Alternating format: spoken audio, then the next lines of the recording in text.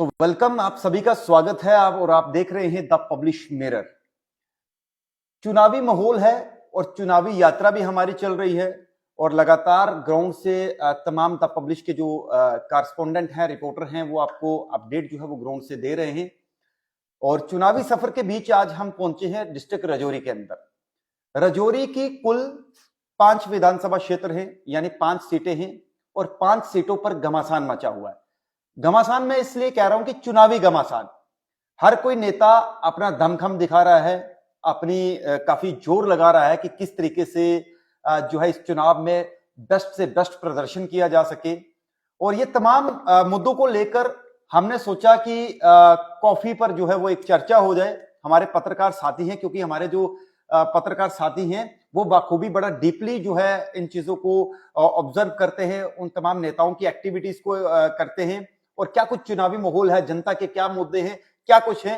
तो इस बीच मैंने सोचा कि मेरे पत्रकार साथी अंकित केसर हैं मेरे साथ, जो कि राजौरी के काफी एक एक्टिव जो है जर्नलिस्ट माने जाते हैं, तमाम नॉलेज रखते हैं डिस्ट्रिक्ट राजौरी के अंदर। हालांकि सब जगह की ये जम्मू कश्मीर की खबरें करते हैं, लेकिन राजौरी के अंदर इनकी काफी ज्यादा जो है वो पकड़ है। तो आज राजौरी जिले के अंदर जो 5 सीटें हैं, 5 की 5 इस समय बर्निंग सीटें हैं, हॉट सीटें हैं। 2 सीटों पर तो भाजपा के बड़े चेहरे जो है वो चुनाव कंटेस्ट कर रहे हैं। एक भाजपा के महामंत्री यानी एक जनरल सेक्रेटरी हैं और एक प्रदेश अध्यक्ष लड़ रहे हैं। तो ज्यादा समय ना लेते हुए तो मैं सीधा अब अंकित के साथ हम अपनी जो है वो डिस्कस शुरू करेंगे। अंकित, क्या क्या कहेंगे? चुनावी माहौल है और चुनावी माहौल के बीच सरगर्मियां काफी जो है वो तेजी से चल रही हैं। तो मैं सोच रहा हूं कि क्यों ना हम शुरुआत पहले डिस्ट्रिक्ट राजौरी की सीट से ही करते हैं। ठीक है। तो अंकित, क्या कहेंगे इसको लेकर के? राजौरी जो मेन राजौरी की सीट है, अगर मुकाबला देखा जाए तो सीधा तौर पर बीजेपी वर्सेस जो अलायंस है, मतलब कि कांग्रेस, नेशनल कॉन्फ्रेंस का, ये 2 प्रत्याशी हैं। लेकिन उसके बीच में एक मोड़ आ गया, एक इंडिपेंडेंट कैंडिडेट जो है वो खड़ा हो गया, जिसको लेकर इस समय चर्चाओं का बाजार जो है वो गर्म है राजौरी के अंदर। तमाम जो है वो हर जगह, जिस जगह भी बैठे हुए तो लोग काफी ज्यादा जो है वो बातचीत कर रहे हैं। क्या है राजौरी का सिनेरियो? थोड़ा सा जो हमारे दर्शकों को जो है जरूर बताएं। थैंक यू राही भाई, आपने वक्त दिया, हमें इनवाइट किया इस लाइव इंटरेक्शन में। आपको बता दूं कि 10 साल के बाद चुनाव होने जा रहे हैं जम्मू कश्मीर में। आप भी पत्रकार हैं, आप भी ग्राउंड से जुड़े हुए पत्रकार हैं, आप जानते हैं, एक्टिव जर्नलिस्ट हो आप, काफ़ी बड़े आप रेप्यूटेड चैनल्स के साथ काम कर रहे हो और जम्मू कश्मीर का एक बहुत बड़ा ब्रांड पोर्टल है द पब्लिश, इसके साथ जुड़े हुए, आप भी जुड़े हुए, मैं भी जुड़ा हुआ हूँ, ये हमारा परिवार है। हाँ, बिल्कुल बिल्कुल। तो जम्मू कश्मीर की अगर हम बात करें तो यहाँ पे 10 साल के बाद जो चुनाव होने जा रहे हैं और इन चुनावों का इंतजार लोगों को बहुत ज्यादा था और 10 साल तक लोग कभी इलेक्शन कमीशन ऑफ इंडिया को चिट्ठियां लिखते रहे, प्रधानमंत्री मोदी जी को चिट्ठियां लिखते रहे कि यहाँ पे इलेक्शन होने चाहिए, ब्यूरोक्रेसी में इन लोगों के काम नहीं हो पा रहे। खैर तमाम मुद्दे मतलब खैर वो एडमिनिस्ट्रेटिव लेवल है, गवर्नमेंट के लेवल का मसला है। इलेक्शन कमीशन ऑफ इंडिया ने कुछ सोच समझ के इतना डिले किया होगा। खैर सुप्रीम कोर्ट ने भी उसके बाद एक नोटिस जारी किया कि सितंबर से पहले यहाँ पे इलेक्शन होने चाहिए और वो हुए भी। और इलेक्शन कमीशन ऑफ इंडिया अपनी बात के ऊपर खरी उतरी और इलेक्शन जो है अनाउंस हो चुके हैं। हमारा इलेक्शन राजौरी का है जो सेकंड फेज में है। हम राजौरी की बात पे आज चर्चा करेंगे। 5 सीटें हैं यहाँ की। तो सबसे पहले जो आपने कहा कि राजौरी के अंदर इस वक्त क्या कुछ माहौल चल रहा है, मैं आपको बिल्कुल, मैंने कैप्शन भी वही डाला है कि दर्शक देखें कि आखिर राजौरी में चुनावी माहौल क्या है। बिल्कुल, मैं आपको बताऊं कि इस वक्त मैदान में जो है हर कोई किस्मत आजमा रहा है। बिल्कुल आजमा रहा है। पहले तो काफी सारे कैंडिडेट्स थे, कुछ इंडिपेंडेंट कैंडिडेट्स भी थे, लेकिन विथड्रॉ कल ही हुआ है जिसमें काफी सारे जो बड़े चेहरे थे। अंकित माफ करिएगा, मैं बीच में आपको इंटरप्ट कर रहा हूँ। पहले मैं जानना चाहता हूँ कि मुकाबला इस मैदान में चुनावी दंगल के बीच में कौन कौन नेता है? आपने पहले भी बता ही दिया है। एक तो नहीं, ये तो है, लेकिन आप नाम थोड़े डिस्क्लोज करें कि कौन कौन। मैं आपके मुंह से सुनना चाहता हूँ, क्योंकि उसी चीज पे मैं आ रहा हूँ। देखिए, पहले तो लग ये रहा था कि चौधरी तालिब जी जो भाजपा में 2014 में ज्वाइन हुए थे और काफी चर्चा, हाँ बिल्कुल, 2014 में उन्होंने भाजपा की तरफ से इलेक्शन में कंटेस्ट किया था। बड़े कम वोटों से वो हार गए थे। खैर वो ऊपर वाले के ऊपर डिपेंड करता है, जनता डिसाइड करती है या फिर किसकी किस्मत जागेगी। तो उसके बाद जो है यहाँ के एमएलए बने चौधरी कमर हुसैन, ठीक है, बहुत ही अच्छे आई थिंक वो डेडी पीडीपी से हाँ बिल्कुल affiliates- okay. बिल्कुल पीडीपी से। तो उसके बाद चौधरी कमर हुसैन जी के बाद जुबैर जज साहब जो रिटायर्ड जज हैं, सेशन जज रिटायर हैं, वो भी मैदान में आ गए, उनका भी एक बहुत बड़ा कद है। तो उनके साथ साथ और भी कई तमाम नेता जो है कैंडिडेट्स या सुशील बजरंगी जी हाँ, के काफी हाँ, पॉपुलर बिल्कुल, जो है वो रहे हैं। पॉपुलर रहे हैं। सुशील शर्मा सुशील बजरंगी जी के नाम से हम उन्हें जानते हैं। तो काफी सारे और भी चेहरे थे जिन्होंने कल ही विथड्रॉ किया है। और पहले मुकाबला ये लग रहा था कि बीजेपी वर्सेस कोलिशन का जो कैंडिडेट है मतलब कि एनसी जो कांग्रेस का, लेकिन अब जो चीजें कुछ एक मोड़ आ गया, एक टर्न आउट हो चुका करवट ली है, एक करवट ली है रजौरी की सियासत ने। अब जो रास्ता है, पहले बीजेपी और एनसी कांग्रेस का जो अलायंस का जो कैंडिडेट है उसकी तरफ जा रहा था, लेकिन अब एक और ऐसा यू टर्न आया कि वो मियां महफूज की ओर जा रहा है। पहले अंकित माफ करिएगा, मैं एक बार फिर से मतलब कि एक चीज जानना चाहता हूँ। भाजपा की तरफ से विबोध गुप्ता मैदान में है, बिल्कुल एक बड़ा चेहरा है, बहुत बड़ा चेहरा, संगठन के महामंत्री, मतलब प्रदेश के तो एक बहुत बड़ी पावर रखते हैं, बहुत बड़ा मुख्य चेहरा है। और बीते कई वर्षों से जो है वो एक्टिव भाजपा के कार्यकर्ता है। और दूसरी तरफ अगर बात की जाए तो अलायंस कैंडिडेट जो हैं, कांग्रेस और नेशनल कॉन्फ्रेंस के जो साझा कैंडिडेट अगर बोलेंगे तो ये गलत नहीं होगा, हाँ बिल्कुल, उनका नाम क्या है? इफ्तिकार अहमद। इफ्तिकार अहमद, वो भी अपने इलाके में काफी मतलब कि एक प्रसिद्ध है। बिल्कुल। तीसरा आपने जो जिक्र किया मियां महफूज, ये नाम जो है इस समय रजौरी के अंदर गूंज रहा है। मतलब गूंज रहा है, देखो फाइनली तो जनता ने डिसाइड करना क्या है। भाजपा और ये दोनों तो ठीक है, मुकाबला दोनों का आमना सामना है, लेकिन तीसरा मियां, हालांकि पीडीपी की बात भी करेंगे हम, लेकिन मियां महफूज, मियां महफूज, इनका नाम इतनी चर्चा का विषय क्यों बन चुका है? आखिर इनके बारे में क्या है, थोड़ा सा वो देखिए। मियां महफूज एक स्पिरिचुअल लीडर हैं, ओके, और मतलब एक हम कहेंगे इस्लामिक, मतलब कि एक अच्छे जो है आध्यात्मिक, हाँ, उनकी एक गद्दी है जिसे हिंदू मुस्लिम तमाम लोग, सब लोग वहां पे सिर मतलब झुकाते एक हैं, आस्था का केंद्र, हाँ, आस्था का केंद्र। और वो एक जानी मानी गद्दी के मालिक हैं, और बहुत से लोग वहां से शफा भी पाते हैं। तो उन्होंने डीडीसी का इलेक्शन में कंटेस्ट किया था, तब भी उन्होंने अच्छे खासे वोट बटोरे थे। और अब जो है लोग आहिस्ता आहिस्ता उनके साथ जुड़ते जा रहे हैं, कारवां उनका जो है बढ़ता जा रहा है। मियां महफूज जानी मानी हस्ती हैं, और अब यू टर्न की जो मैं बात कर रहा था आपसे, वो यू टर्न कैसे आया? चौधरी तालिब जी ने विथड्रॉ किया, वो भी उनके हक में चले गए, महफूज जी के, हाँ बिल्कुल। चौधरी तालिब एक बहुत बड़े लीडर लीडर हैं, बड़ा नाम है। उसके बाद सब जज जुबैर जी का मैंने नाम लिया, जो रिटायर्ड सब जज, उन्होंने विथड्रॉ कर दिया। जी हाँ, उन्होंने हाँ, जो रिटायर्ड, माफ कीजिएगा, सब जज कह दिया मैंने, वो सेशन जज रिटायर हैं। जी बिल्कुल, सेशन जज रिटायर हैं वो। तो उन्होंने भी मियां महफूज के हक में विथड्रॉ कर दिया। और उसके साथ साथ और भी कई बड़े लीडर्स, कुछ तो बैक सपोर्ट कर रहे हैं, सामने नहीं आ रहे हैं, ऑन कैमरा नहीं, ऑफ कैमरा वो उनकी सपोर्ट कर रहे हैं। और उसके साथ साथ डुंगी इलाके में से भी हमने सुना है कि जो वहाँ के डीडीसी हैं खालिद जी, वो भी उनकी सपोर्ट कर रहे हैं। और लगभग पहले उनका 10,000 के करीब हम मान के चल रहे थे कितना वोट लेंगे, लेकिन जब 2-3 लोग और उनको ज्वाइन हो गए, ग्राफ जो है वो बढ़ गया। अब हमें ये लग रहा है कि उनका ग्राफ 20,000 से प्लस हो चुका है। इसमें मैं एक और करूंगा, क्योंकि पॉलिटिकल पार्टियों की बातचीत चल रही है, ये तो इंडिपेंडेंट, इनकी एंट्री से तो काफी उथल पुथल मच गई है रजौरी में। एक मास्टर तसद्दक हैं, आई थिंक अगर मैं सही हूं तो वो पीडीपी से कैंडिडेट है। पीडीपी का क्या स्टैंड है इस समय रजौरी का सिनेरियो? मतलब हम वो प्रॉपर वो नहीं करेंगे बात, लेकिन क्या वो भी मैदान में कूदे? जबकि पीडीपी अगर मैं सही हूं तो जो अपने पीडीपी के विधायक भी रहे हैं पहले, चौधरी कमर हुसैन। ओके, तो अभी मतलब क्या कहेंगे पीडीपी को? देखिए, चौधरी कमर हुसैन जी ने पीडीपी को छोड़कर अपनी पार्टी का दामन थामा, उसके बाद वापस से ये जो इलेक्शन स्टार्ट हुए, वापस से उन्होंने पीडीपी में एंट्री कर ली है। और हाँ, लेकिन फर्क कितना है कि पहले वो रजौरी विधानसभा से उन्होंने चुनाव लड़ा था, अब वो थाना मंडी विधानसभा से वो इलेक्शन कंटेस्ट कर रहे हैं। और इस पीडीपी की टिकट पे कर रहे हैं। चलो थाना मंडी की बात बाद में करेंगे, अभी हम तो लेकिन इस बार जो कैंडिडेट है वो है मास्टर तसद्दक हुसैन। वो टीचर रिटायर हैं, तो इसलिए उनके नाम के पीछे मास्टर लगाया जाता है, तो उन्हें मास्टर तसद्दक के नाम से जो है वो लोग मास्टर करके तसद्दक चौधरी साहब, ठीक है, तो वो भी इस वक्त मैदान में उतर चुके हैं।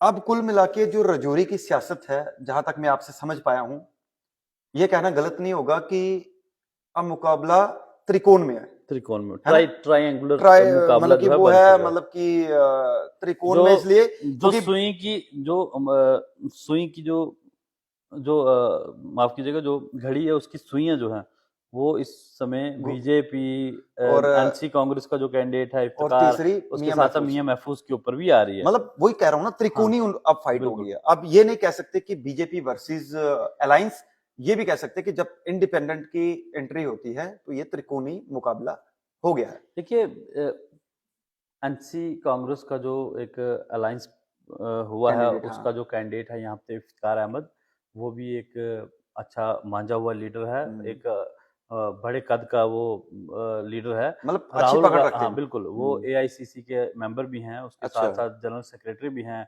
प्रदेश कांग्रेस तो मतलब कमेटी के। ऐसा कहना गलत नहीं होगा को, क्योंकि बीजेपी के कैंडिडेट और अलायंस कैंडिडेट जो है काफी आपसी, हाँ मतलब कि एक पॉपुलर है, डेजिग्नेशन से आए हैं दोनों। बिल्कुल, हम इसे मान सकते हैं। हम्म, और राहुल गांधी के साथ भी उनके बहुत अच्छे रिलेशंस हैं, पार्टी में उनका अच्छा एक कद भी है, क्योंकि उनकी जो एक्टिव पॉलिटिक्स है वो पिछले 20-25 साल से वो पॉलिटिक्स में है, और एक अच्छी पॉलिटिक्स, हेल्दी पॉलिटिक्स जिसे हम कहते हैं, वो करते आए हैं। ठीक है। और मुकाबले की अगर रही बात करें तो इस वक्त बस ये ट्राईएंगुलर में मुझे लग रहा है, मुकाबला क्योंकि हम फील्ड में रहते हैं तो लोगों का क्या रुझान रहता है तो वो हमें पता ही रहता तो है। मतलब काफी सरगर्मियां जो हैं वो है। हाँ, अब फाइनली 25 तारीख को तय होगा कि लोग किसको वोट करेंगे, और 8 को जब रिजल्ट आएंगे, वो नतीजे चीजें आएंगे, भी हैं, कि जनता लेकिन किसके सर पर वो ताज रखती चीजें है। भी हैं। अब इन इलेक्शंस में लोगों के ऊपर विश्वास कौन बना पाएगा? ये देखना होगा। अभी देखिए, आज तो 10 सितंबर है, तो 25 को इलेक्शन होने हैं, 12 या 13 को कैंपेन बंद हो जाएगी, एक दो दिन पहले बंद हो जाती है, तो दिन बचे 12 से 13 कुल। तो इन दिनों में ही जितना प्रचार हो सकेगा इन पॉलिटिकल पार्टियों की तरफ से तो वो करेंगे, और आने वाले एक हफ्ते के अंदर सही से पता चल पाएगा कि पलड़ा जो है किसकी ओर भारी। जैसे मैंने आपको पहले बता दिया, विबोध गुप्ता एक बहुत अच्छे सीनियरिटी में है और दमदार लीडर हैं, और हम्म, उनकी बहुत पकड़ है रजौरी के अंदर।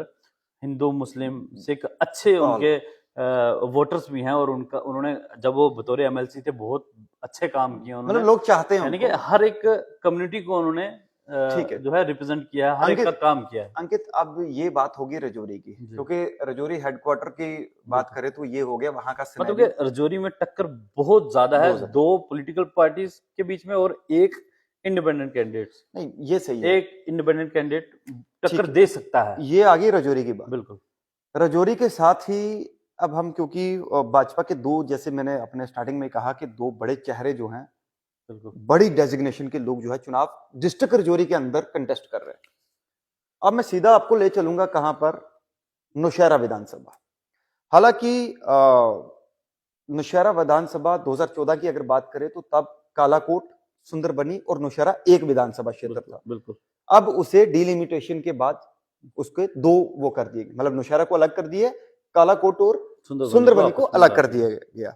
ठीक है, हालांकि ये लोकसभा चुनावों में भी देखा गया, है ना। बिल्कुल, लीजिए। तो एक चीज मैं अंकित आपसे जानना चाहूंगा कि नौशहरा के अंदर, अगर अभी तक का जो लोगों से रिस्पॉन्स, या हम नौशहरा की पॉलिटिक्स को जितना जान पाए हैं, कि एक बड़ा चेहरा भाजपा का प्रदेश अध्यक्ष जम्मू कश्मीर के रविंदर रैना, वो भाजपा की टिकट में कंटेस्ट कर रहे हैं। ठीक है, और दूसरी तरफ उनके जो ओपोजिशन में कहूंगा कि जो कैंडिडेट हैं वो है सुरेंद्र चौधरी। बिल्कुल, सुरेंद्र चौधरी नेशनल कॉन्फ्रेंस से कंटेस्ट कर रहे हो, तो ये कर रहे हैं किससे? बीजेपी से। बीजेपी से। हालांकि पीडीपी ने भी वहां अपना प्रत्याशी, अपनी पार्टी या इंडिपेंडेंट लेकिन तमाम वो लेकिन है, लेकिन मुकाबला जो है इन दोनों में मुकाबला इन दोनों के लग रहा बीच ही काफी चर्चा का विषय बना हुआ है। और जहां तक मैं सही हूं अंकित के 2014 का जो चुनाव था, तब भी रविंद्र रैना वर्सेस सुरेंद्र चौधरी थे। सिर्फ फर्क इतना था कि रविंद्र रैना बीजेपी की थे, लेकिन उस समय सुरेंद्र चौधरी पीडीपी की टिकट से जो कंटेस्ट कर रहे थे। काफी कड़ा मुकाबला हुआ, हालांकि सुरेंद्र चौधरी हार गए थे, भाजपा को जीत मिली थी। इस बार की सियासत, क्योंकि आप अभी जब नॉमिनेशन फाइल हुए तो आपने वहां हम्म, कवर भी किया है, बिल्कुल। आखिर नौशहरा का माहौल क्या है, जनता का क्या रुझान है, मतलब क्या कहना, हम ये कहेंगे कि 19-21 का मुकाबला है? देखिए, चर्चा करने वाली दो तीन ही सीटें हैं, रजौरी, नहीं, पहले हम नौशहरा पे आएंगे, फिर मैं आपसे ठीक है। 2 सीटों पे, देखिए, क्योंकि टोटल 5 है, मैं कोशिश बिल्कुल। करूंगा कि सबको हम देखिए, टच करें। रविंद्र रैना जी की जहाँ तक बात है, वो एक बड़े कद के लीडर हैं, प्रदेश अध्यक्ष रह चुके हैं और उसके साथ साथ में प्रत्याशी हैं नौशहरा से। उसके उनके जो अपोजिट हैं सुरेंद्र चौधरी, पहले पीडीपी से वो चुनाव लड़ा 2014 में उन्होंने। उन्होंने चुनाव लड़ा, खैर वो हार गए, लेकिन एमएलसी वो जरूर बने। उन्होंने काम किया बतौर एमएलसी भी। और उसके साथ साथ अब मुकाबले की अगर आप बात कर रहे हैं तो मुकाबला बहुत ज्यादा टफ होने वाला है, बहुत ज्यादा। 19-21 में 19-21 की बात है, क्योंकि मैं कल भी नौशहरा में था, नौशहरा के झंगड़ इलाके में था। बिल्कुल, हम अपनी किसी कवरेज को लेकर वहां पे के आपने लिए लोगों गए से थे। बातचीत की बिल्कुल, होगी। हम अपनी किसी खबर के लिए गए थे। अगर 2 घरों के बाहर नेशनल कॉन्फ्रेंस का झंडा है तो उसके आगे 3 घर ऐसे होंगे जिसमें बीजेपी के झंडे भी जरूर होंगे। बिल्कुल, क्योंकि मुकाबला ठीक है। सीधा तौर पर इन दोनों तो का है। कई मैंने ऐसे भी घर देखे हैं, एक ही घर देखा है जिसमें एक ही पाइप के बीच दोनों झंडे मैंने देखे हैं। अच्छा, ऐसा भी है। ऐसा भी मैंने देखा। तो मैं तो मतलब उनसे- ऐसा मान सकते हैं कि अगर एक हो सकता है कि एक ही परिवार के आधे लोग बीजेपी को सपोर्ट करेंगे और आधे नेशनल कॉन्फ्रेंस को। मतलब ये मैं चीज़- हैरान हो गया और मुझे बहुत हंसी भी आई। मैंने ये उन्हें हो गया पूछा, है। मैंने उन्हें पूछा, यार आपने तो पहले से इन्हें कलूशन में ले आए हो, आप गठबंधन की सरकार बना दी आपने पहले। अच्छा। एक तरफ नेशनल कॉन्फ्रेंस का झंडा और एक तरफ आपने बीजेपी का झंडा एक ही पाइप में लगा दिया। झंडे डंडे मिल नहीं रहे थे तो इसलिए हमने दोनों एक ही पे लगा दिए। लेकिन अंकित, यहाँ आपकी बात कटती है, एक चीज मैं जरूर जी, आपसे जी। जानना चाहूंगा। बिल्कुल। नौशहरा एक बहुत बड़ा एरिया है।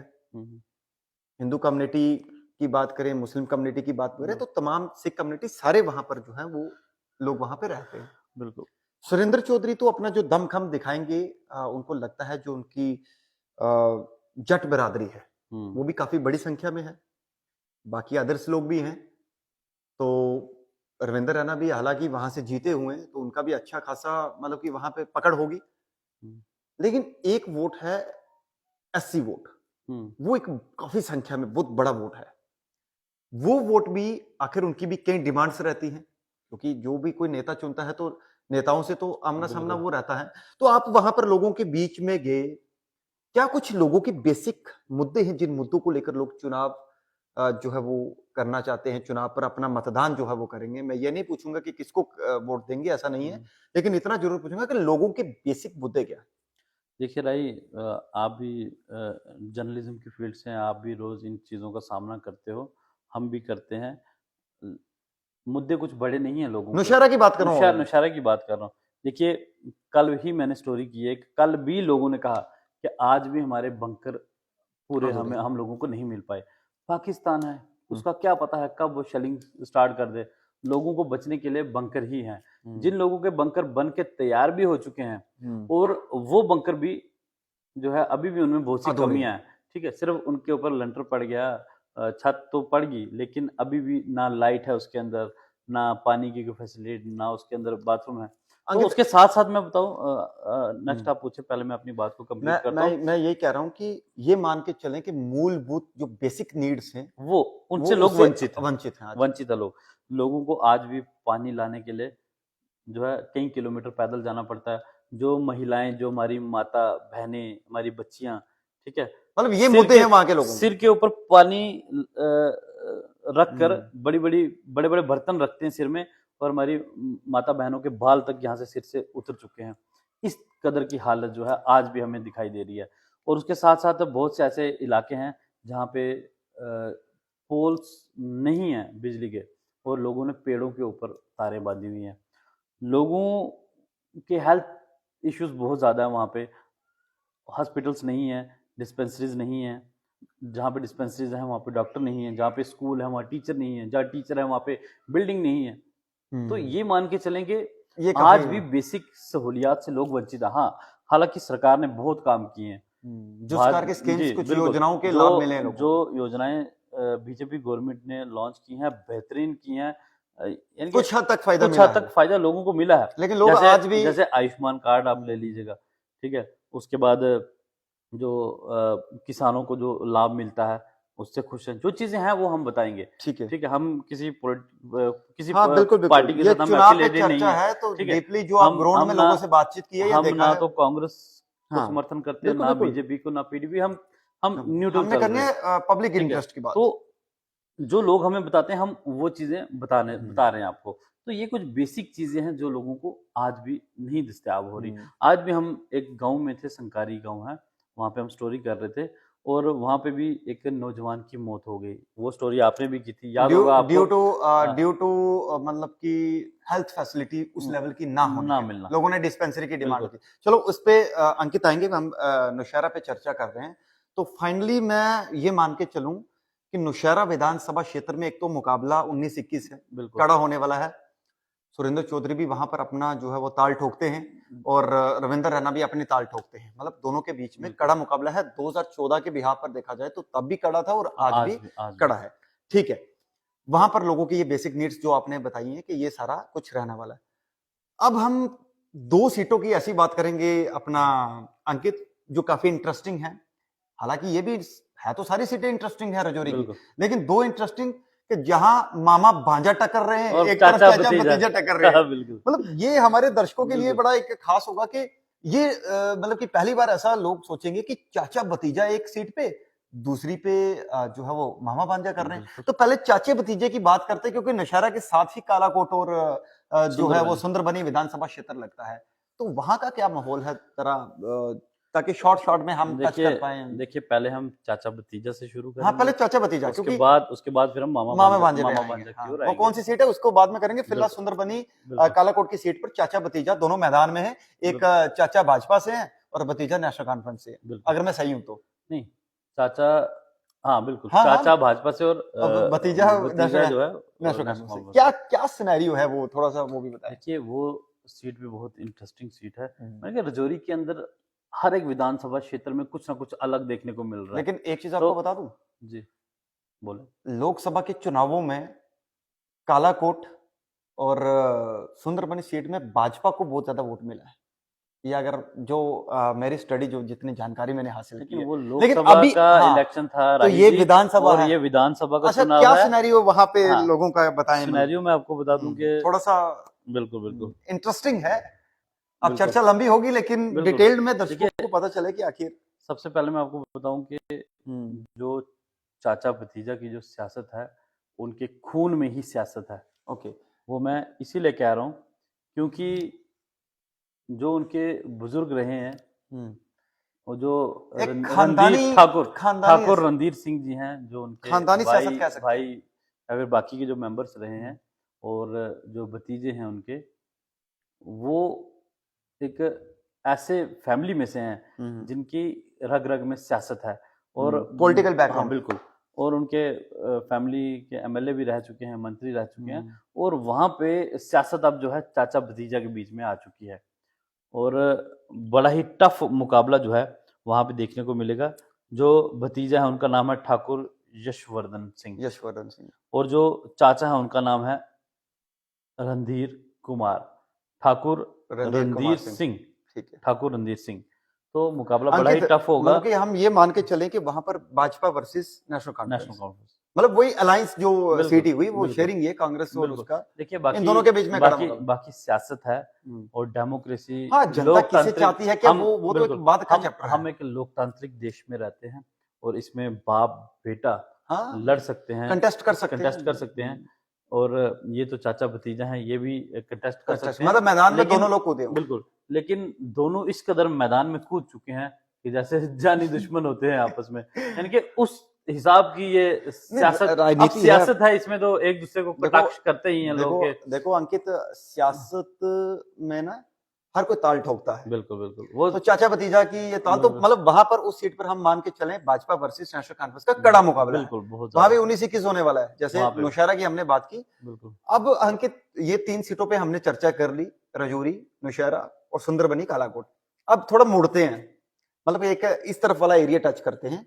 अब मामा भांजा की जो है वो सियासत भी काफी ट्रेंड है इस टाइम सोशल मीडिया में, कि लोग मामा भांजा को लेकर भी काफी जो है वो ये है, चाचा भतीजा से हो गया। अब मामा भांजा कौन है, कौन सी विधानसभा क्षेत्र की सीट है, जरा वो भी आप बताएं।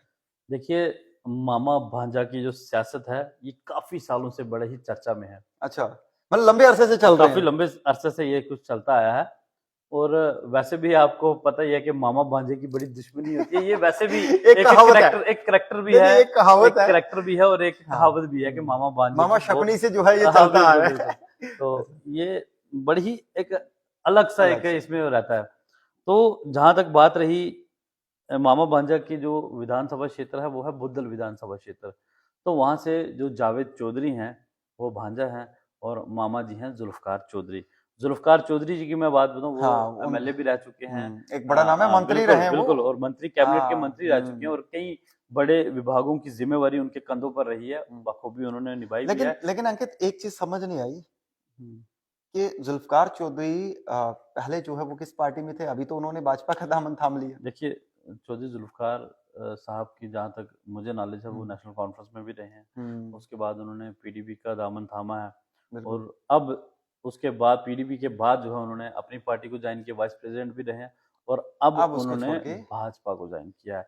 और जैसे ही चौधरी ज़ुल्फ़कार साहब ने भाजपा को जॉइन किया, हुँ, तो उसी समय जो है एक तहलका सा मच गया पूरे इस रजौरी के अंदर हुँ। कि आखिर ये क्या हुआ? हुँ, चौधरी जुल्फ़कार कैसे भाजपा को जॉइन कर सकते हैं? एक बहुत बड़ा चेहरा लोगों के लिए ये चीज़ हज़म ही नहीं हो पा रही थी कि वो भी भाजपा को जॉइन कभी कर सकेंगे। ओके। तो ख़ैर हर एक की अपनी आइडियोलॉजी है।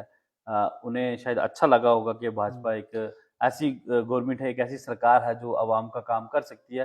ख़ैर वो राजनीति है, कोई भी कहीं पे लेकिन भी आ लेकिन जा सकता है। लेकिन वहाँ पर मुकाबला किस-किस का है? वही ये उसी उसी बात पे मैं आ रहा हूँ और अब आगे हम बात कर लेते हैं भांजा की। हुँ, भांजा हैं जावेद चौधरी।